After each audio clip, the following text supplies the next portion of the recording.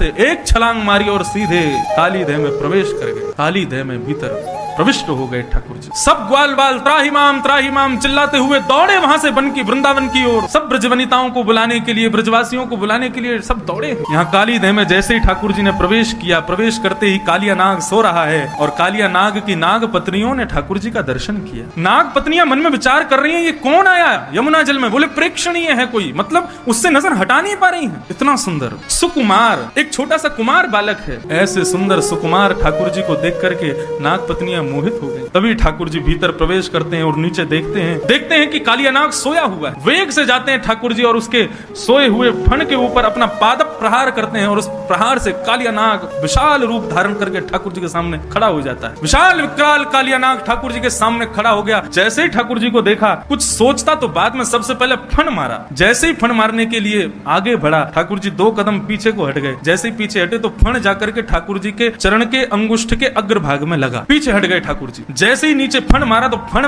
नीचे जमीन में लगा, उससे और ज्यादा लग गई कालिया नाग के, तो और कुंपित हो गया, क्रोधित हो गया। सब दौड़े दौड़े आए। जैसे ही पूरे वृंदावन में पता चला कि ठाकुर जी काली देह में कूद गए हैं, छोटे छोटे बालक, बड़ी वृद्ध माताएं, युवती, गोपियां सब दौड़े हैं यमुना पुलिन की ओर। और ऐसा वर्णन करते हैं कि दौड़ करके वहां खड़े होकर देख नहीं रहे, सब दौड़ करके काली देह में कूदने को ही तत्पर हो रहे हैं। इतने में ही बलराम जी पहुंचे और बलराम जी ने जाकर के काली देह के किनारे पर समस्त गोपांगनाओं को, समस्त ब्रजवासियों के चरणों में प्रणाम करके सबको रोका। जैसे ही कालिया नाग ने अपने फन उठा करके ठाकुर जी की ओर अपने फन को झुकाया और जैसे ही डसने को आगे बढ़ने लगा, बलराम जी ने ऊपर से ही ठाकुर जी को देख लो, कन्हैया इतनी प्रतीक्षा किस बात की कर रहे हो? अरे इस काली नाग को मजा क्यों नहीं चका देते? जब बलराम जी ने ये आश्वासन दे दिया कि हमको कोई दिक्कत नहीं है, तुम कर लो जो करना है, ठाकुर जी ने तुरंत अपना वेग से शरीर फुलाना शुरू किया। कालिया नाग की नस नस ढीली हो गई। कालिया नाग को लगा यदि अभी मैंने इस बालक को नहीं छोड़ा तो पूरा शरीर फट जाएगा मेरा। तुरंत अपने शरीर को ढीला कर दिया कालिया नाग ने। 101 फण है उसके, अपने प्रत्येक फण से जीव को बाहर निकालता है ठाकुर जी का। ठाकुर जी को दसने के लिए ठाकुर जी ने उसकी